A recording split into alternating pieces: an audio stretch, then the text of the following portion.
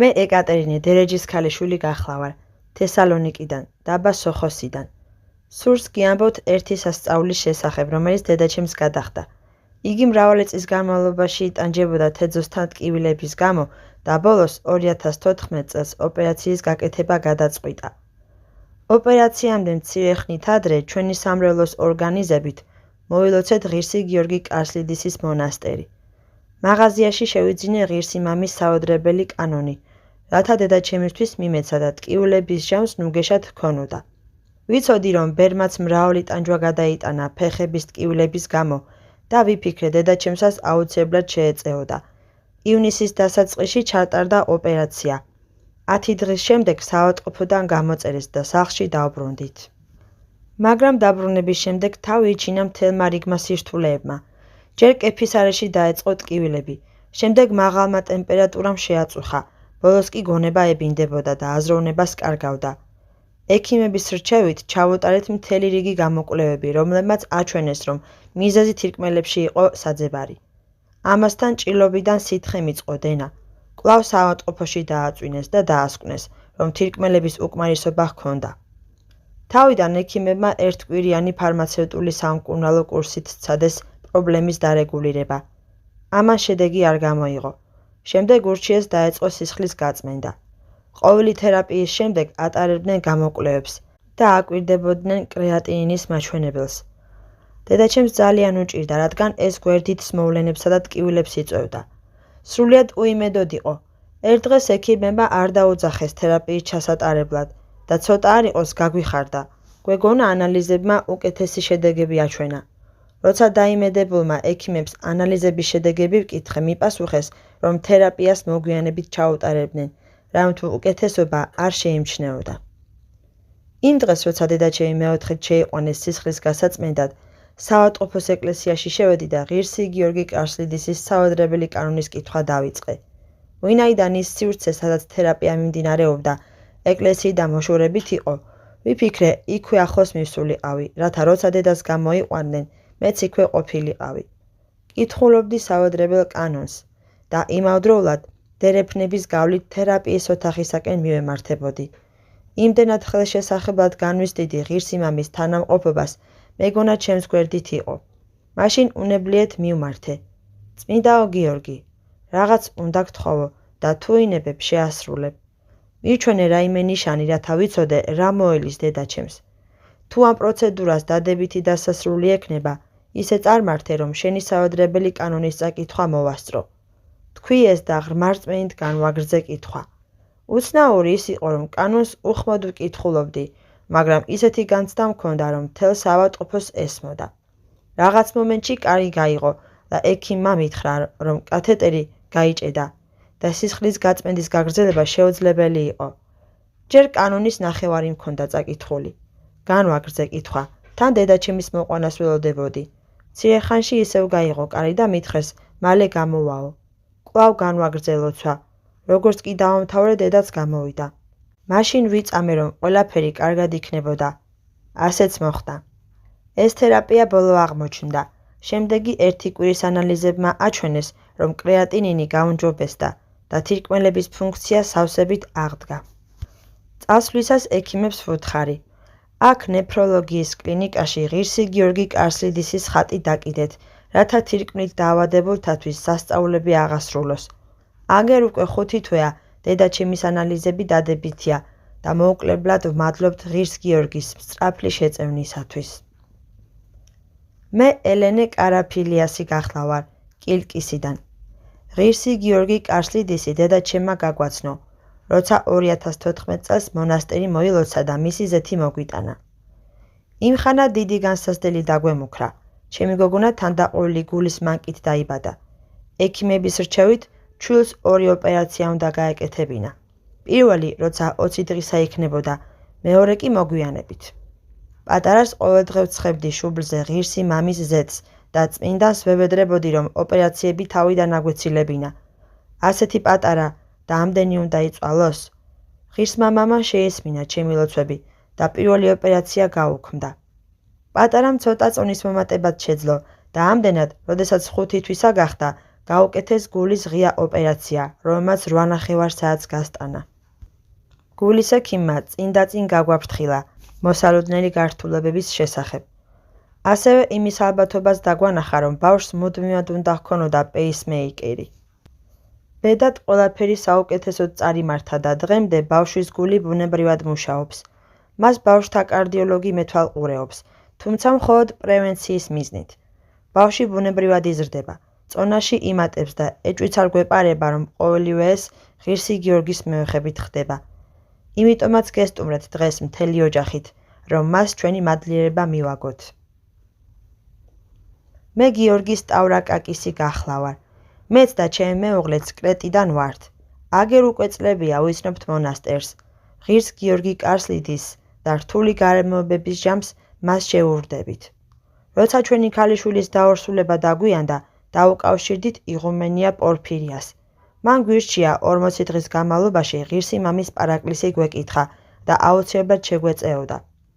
ჩვენც დიდი მოშურნეობით შეუდექით კითხვას. მართლაც მე-40 დღეს წაკითხა, რომ დავამთავროთ, ჩვენი ქალიშვილი ტესტის ასაღებად წავიდა და პასუხი დადებითი აღმოჩნდა. ამდენად დღეს აქ მადლიერების ღრმა განცდით მოვედით. გვინდა მას მადლობა შევწიროთ. მე გახლავარ კონტრიე ავგუსეოა ბულგარეთიდან. სარწმუნოებით მუსულმანი ვარ. მუშაობ დრამაში, ვუვლი ხანში შესულ ქალბატონს. 2014 წლის ქრისტეშობის დღესასწაულზე მასთან და მის ქალიშვილთან ერთად პირველად ვესტუმრე თქვენს მონასტერს. როგორც კი ეზოში შევედი, ავსთან ახლოს ისეთი განცდა და მეუფლა, თითქოს სხვა, უფრო მშვენიერ სამყაროში, სამოთხეში ვიყავი. კარგახანს უძრავად, გულშემოსრული ვიდექი. როცა იღუმენია პორფირია და სხვა მონაზვნები გავიცანი, თავი ისე ვიგრძენი, თითქოს მრავალი წლის ნაცნობობა გვაკავშირებდა. თითქოს ჩემი დები იყვნენ. სიხარულისგან მტიროდი. იმ დროიდან ჩემში რაღაც შეიცვალა. შევიყვარე ღირსი მამის მონასტერი. იღუმენია, მონაზვნები. კიდევ რამდენჯერმე ვესტუმრე მონასტერს და ყოველთვის სიხარულს ვგრძნობდი. 2015 წლის იანვარში მოულოდნელად ჩემი ქმარი, რომელიც ბულგარეთში ცხოვრობს, ავად გახდა. გამოკვლევის შემდეგ ექიმებმა გვითხრეს სასწრაფოდ უკვე მესამედ კუჭის ოპერაცია უნდა გაიკეთოსო. ოპერაცია 13 იანვარს ჩანიშნეს. მუსულმანი კი ვარ, მაგრამ მაინც დავრეკე მონასტერში და იღუმენიას ვთხოვე ჩემი ქმრისთვის ელოცად. ოპერაციის წინა ღამეს გულის ტკივილით შევთხოვე ღირს მამას, ჩემი ქმარი განეკურნა. როცა დავიძინე, დამესიზვრამ, რომ ჩემს სოფელში 2 სართულიან მიტოვებულ სახლში ვიყავი. შიგრომ შევედი, თვალწინ დამიდგა ფრიად მშვენიერი ოთახი, იატაკზე იასამნისფერი ხალიჩით, დიდ ქოთანთან ყვავილებითა და საწოლით, რომელზეც ულამაზესი საბანი ეფარა. უეცრად დავინახე, რომ შუა ოთახში ღირსი გიორგი კარსლიდისი იდგა. თავზე შავი სკუფი აეფარა. წვერები მოშავო მონაცრისფრო ჰქონდა. მინდოდა საწოლთან მივსულიყავი და მშვენიერ საბანს შევხებოდი, მაგრამ ბერმა გამაჩერა და მითხრა: არა, ჩემ წინ არ გაიარო, რადგან ახლა შენი ქრისთვის ვლოცულობ. მანიშნა, რომ გვერდით გავსულიყავი და ფეხზე მდგარიყავი. იგი აღმოსავლეთისკენ მიბრუნებული ლოცულობდა, მაგრამ არ მესმოდა, რას ამბობდა. როცა გავიღვიძე, სრულიად დარწმუნებული ვიყავი, რომ ბერი, რომელიც ვიხილე, ზუსტად ისეთი იყო, როგორიც იმ სურათზე, რომელიც მის ენაგში ჰკიდია, ასევე იმ ბებიას სახლში, რომელსაც მე ვუვლი. დილით ჩემი ქმარი რომ მოვინახულე, სიზმარი ვუამბე და ვკითხე, მანაც ხომ არ იხილა რამე. მითხრა ღვთისმშობელი ვნახეო. მისი აღწერის მიხედვით გონებაში სიფსის მონასტერში დაბრძანებული ღვთისმშობლის წყალობლის ხატი წარმომიდგა. ორივეს მხნეობა მოგვეცა და ოპერაციაც წარმატებით დასრულდა. უკვე მეორე დღეს საწოლიდან წამოდგა და მალევე გამოჯამრთელდა. მომდევნო ქრისტეშობის დღესასწაულზე მე და ჩემი ქმარი მონასტერს ვესტუმრეთ, რათა ღირსი მამისთვის მადლობა მიგვეძღვნა მისი სიყვარულისა და იმ სასწაულისთვის, რომელიც ჩვენთვის მუსულმანებისთვის აღასრულა. მე ელენე ვლახოსი გახლავარ, წარმოშობით კავალადან. ამჟამად ცხოვრობ თესალონიკში. სტუდენტობის წლებიდან საშინელი თავის ტკივილები და შაკიკი დამეწყო, რამაც 35 წელს გასტანა. სნეულება მძიმე ფორმისა იყო და ყოველდღე ვიტანჯებოდი. მრავალი ექიმი მოვიარე და უამრავ წამალს ვსვამდი, მაგრამ უშედეგოდ. 2016 წლის 15 მაისს დრამის რაიონის ერთ-ერთ სოფელში წლის თავზე მოვედით. შემდეგ ჩემს ქმართან ერთად მონასტერს ვესტუმრეთ, რომ წმინდანისთვის თაყვანი გვეცა. ღირსი მამის წმინდა ნაწილების თაყვანსაცემად რომ მივედით, იმავდროულად გულის ტკივილით განკურნებას ვევედრებოდი. თავი წმინდა ნაწილებს დავადე, თითქოს მათზე ჩემი ტკივილების დატოვება მსურდა. იმ წუთას თავში სიმძიმე დამაწვა, გუგუნი მომესმა, თავსა და სხეულში მკვეთრი ბიძგი ვიგრძენი. ეს ბიძგი იმდენად ძლიერი იყო, რომ უკუმაგდო და თავი ძლივს შევიკავე. ერთ ბაშად თაობრუც დამესხა. იქვე მონასტრის მისაღებში დამაწვინეს და წყალი დამალევინეს. ამ დროს განკვირვებამ მომიცვა და ხმა დავკარგე. ხედავდი ლურჯ მსუბუქ ნათელს, რომლის აღწერაც შეუძლებელია. ნათელში ღირსი მამა დავინახე ახალგაზრდული იერით. წამოვდექი და მასთან შეხება ვცადე. ხელში ეჭირა კალათა, რომელშიც ჩემი წამლები ეწყო. მე გამოსართმევად გავიწიე, ის კი უკან გაიწია და ფანჯრიდან გარეთ გავიდა. მაშინ მეტყველებას დამიბრუნდა და შევძახე. წმინდანი ფანჯრიდან გადის, ის მიდის. მაშინვე გონსმოვედი და ტაძარში წავედი, რათა კვლავ მომელოცა მისი მადლიანი წმინდა ნაწილები. ეს ნამდვილი სასწაული იყო. მას შემდეგ თავს ძალიან მსუბუქად გრძნობ და ის სიმძიმეც გამშორდა წლების განმავლობაში რომ ტანჯავდა. მე გახლავარ დესპინა პოლიქრონიადისი. ვარ დაქორწინებული, სამხედრო მოსამსახურე და ვცხოვრობ დრამაში. 2016 წელს, როცა კოსში მსახურობდი, ექიმებმა მაცნობეს, რომ დიდი ალბათობით ბავშვი არ მეყოლებოდა. მიუხედავად ამისა დავორსულდი. სამწუხაროდ ქმარმა მიმატოვა. ტანჯავდა ფიქრი იმაზე, როგორ გამეტანა თავი პატარა ბავშვთან ერთად. ძალიან რთულ მდგომარეობაში აღმოჩნდი. დარდი და საცოწარკვეთილება მახრჩობდა. იმ პერიოდში დამესიზვრა, რომ ჩემს ოთახში ერთი მაღალი ბერი შემოვიდა, წითელი წვერი და თმა ჰქონდა. მომიახლოვდა და მითხრა: ეს ბავშვი ჩემია. ნუ დარდობ, მას მე გავზრდი. მომკიდა ხელი და წამიყვანა კოსის მშენებარე ეკლესიაში. ამ დროს გამომეღვიზა და საკუთარ თავს ვეკითხებოდი: ნეტა ვინ იყო ეს ბერი? დილით ჩემმა დამ დამირეკა. მირჩია მღვდლისთვის მეკითხა, შენდებოდა თუ არა ახალი ტაძარი და ვისი სახელობისა იქნებოდა. მართლაც ვკითხე მღვდელს და მითხრა, ღირსი გიორგი კარსლიდისის ტაძარი შენდებაო. ასე შევიტყვე თუ რომელი წმინდანი გამომეცხადა ძილში. ახლა როცა გოგონა შემეძინა, მისი მფარველის პატივსაცემად, რომელიც მე გვერდში დამიდგა, გეორგია დავარქვი. მე გახლავარ ქრისულა პლიაციკა თესალონიკიდან. 2016 წლის იანვარში ერთ დღეს სახალხო ბაზრობაზე წავედი ინვალიდის ეტლით.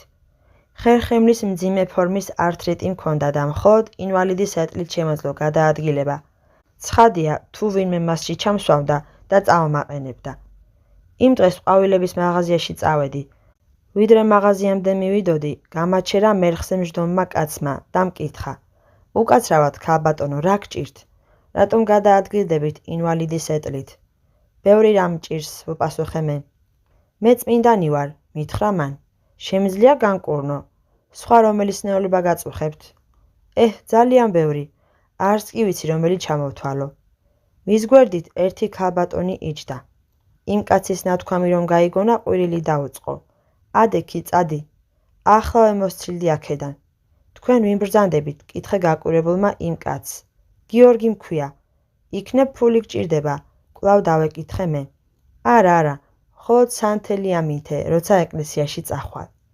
და კატეგორიული ტონით მიბრძანა. ადექი ფეხზე. იმ წუთას საერთოდ გადამავიწყდა ჩემი ინვალიდობა.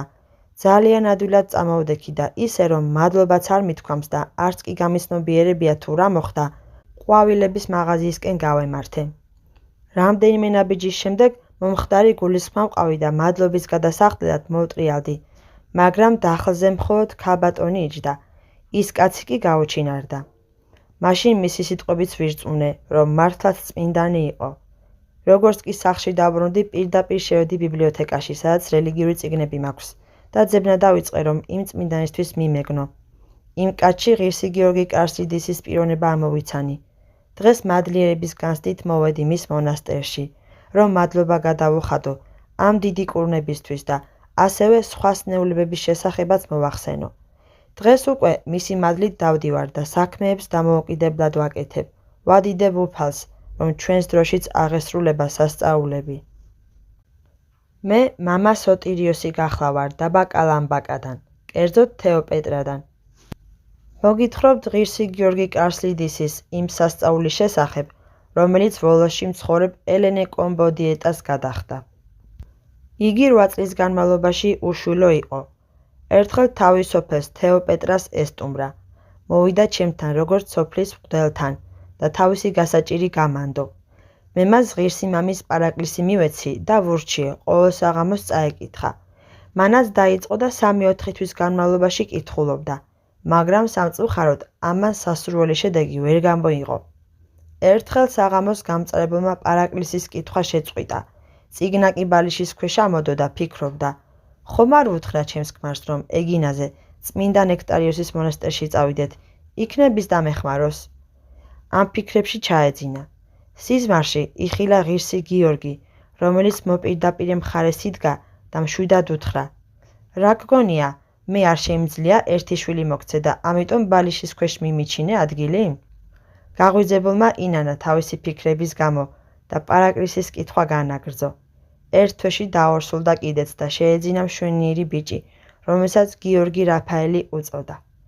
ელენეს მაშინ მიამბო, როცა თეოპეტრაში მოვიდა, რომ მისთვის მე-40 დღის ლოცვა წამეკითხა. 2016 წლის 15 მაისს ათენიდან შემდეგი წერილი მივიღეთ. პატივცემულო იღუმენია პორფირია, დამლოცეთ. 2013 წლის აპრილში დამემართა ლემფომა, ჰოტკინს. მაშინ ტელეფონით გაცნობეთ ამის შესახებ და თქვენს კრებულთან ერთად ჩემთვის ლოცულობდით. ქიმიოთერაპიის 6 სრული კურსი უნდა გამევლო ABVD-ის პროტოკოლით. ყოვლადწმინდა სამბის შეწევინთა და ღირსი გიორგის მეოხებით უკვე კარგად ვარ. მადლობას გიხდით და ვთხოვ ღირს მამას, რომლის განწმენდილი სული ზეცაში მკვიდრობს, დამიფაროს და მომაინჭოს სინანული და სულიერი სიხარული. ჩემი წერილი არის ერთ-ერთი მოწმობა ღირსი მამის იმ სასწაულთა კრებულში, რომელსაც წიგნისთვის ამზადებთ. ღმერთმა აკურთხოს ის დიდი საქმე, რომელსაც აღასრულებთ. პატივისცემით ვეთაყვანებით თქვენს ხელს, კვლავ და კვლავ მადლობას გიხდით. ადამი ნ ადამაკისი. მე ანასტასია კუკული გახლავარ, თესალონიკიდან. წლევანდელი წლის ღირსი გიორგი კარსლიდისის ხსენების წინა დღეს ასეთი სიზმარი ვნახე. ჩემს მეუღლესთან ერთად ეკლესიაში ვიყავი და წირვის დაწყებას ველოდებოდი. ჩემ უკან ღია ფანჯარა იყო. მე გარეთ ვიცქირებოდი და დავინახე ტაძრისკენ მომავალი წარმოსადეგი მღვდელმონაზონი წითელი სამოსლით. მას მარჯვნივ და მარცხნივ 2 მღვდელი მიჰყვებოდა. როცა ჩემი მეუღლისკენ მივბრუნდი, რომ მეთქვა მღვდელმონაზონი მოდის წირვის აღსასრულებლად მეთქი, კიდეც გამომეღვიძა. მეორე დღეს 4 ნოემბერს დილით ჩვენი სამრევლოს ეკლესიაში წავედი სეფისკვირის მისატანად. ტაძარში რომ შევედი და მთავარი ხატის მოსაოცად გავემართე, სიზმარში ნანახი წმინდანი დავინახე და წავიკითხე მისი სახელი, წმინდა გიორგი კარსლიდისი, რომელიც მანამდე ჩემთვის უცნობი იყო. სახლში რომ დავბრუნდი, შევედი ინტერნეტში, წავიკითხე მისი ცხოვრება და აღფრთოვანებული დავრჩი. იმ დროიდან მოყოლებული ძალიან შემიყვარდა იგი. მისდამი დიდი კრძალულება მაქვს და მადლობელი ვარ მისი, რომ თავისით მოვიდა და გამეცნო. დღეს მოვედი აქ, მის მონასტერში, რათა თაყვანი ვცე და შევევედრო, რომ ჩემი სახლის მფარველი გახდეს.